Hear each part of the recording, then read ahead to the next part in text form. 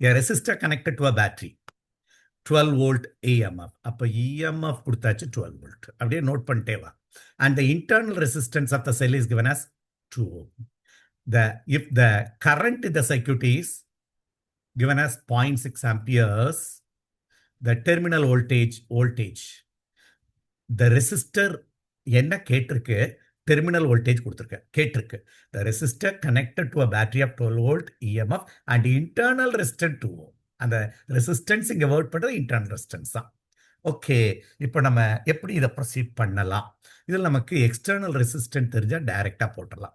EMF is equal to I into R plus R formula எடுத்து small ஆரை நம்ம capital ஆரை வெளியே எடுத்துடலாம். அப்போ இ இஸ் நத்திங் பட் 12. அப்போ ஆரை மட்டும் வெளியே எடுத்தேன்னா e pi i minus small r equal to capital R.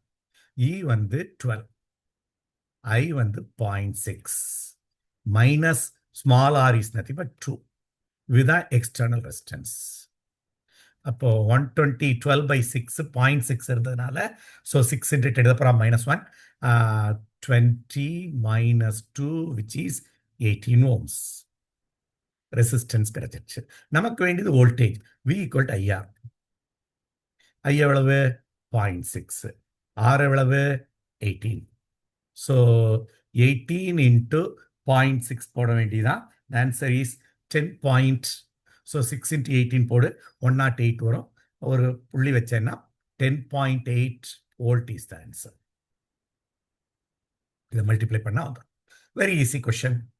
ரிப்பீட்டடாக கிளாஸில் ஒர்க் அவுட் பண்ணியிருக்கேன்.